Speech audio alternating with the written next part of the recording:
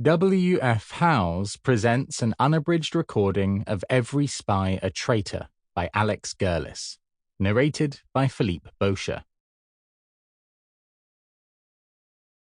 Prologue. Moscow, September 1937. He was aware of her stirring next to him and then cursing in her harsh New York accent as she knocked something over on the bedside table. When he asked what time it was, she said it was 2:50. What time did he think it was? And then it was his turn to swear, but in his softer middle-class English accent, as she pulled the covers back and the cold hit him hard. She stood up, her naked body silhouetted by the dim light in the room, lit a cigarette, and put on her dressing gown before walking over to the window and peeking out of the curtains, carefully looking up and down Vorovsky Street 5 floors below, holding the cigarette behind her just in case anyone spotted its tiny red glow. "All quiet." She didn't reply, moving round to draw on her cigarette before turning back to the parted curtain.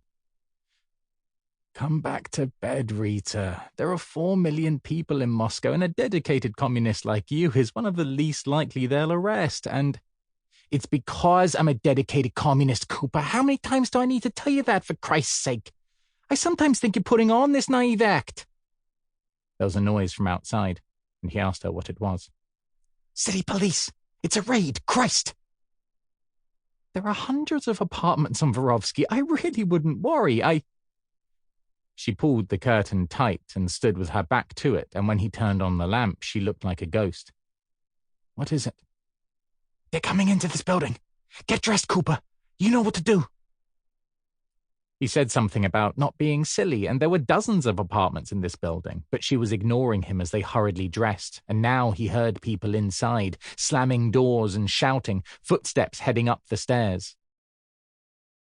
The accepted wisdom in Moscow was that the best thing to do when they came for you was to be as warmly dressed as possible because they took you away as you were. You wouldn't want to be transported to a camp in your pajamas, or die in them.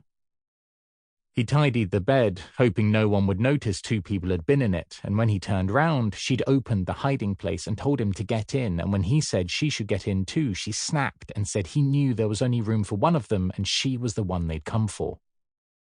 Whenever the time changed, word spread through Moscow faster than rumors of the arrival of chickens for sale at the market. Somehow people knew at what unearthly hour of the night the secret police would knock on the doors of those whose turn it was to be arrested.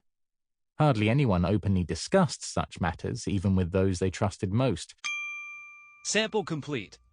Ready to continue?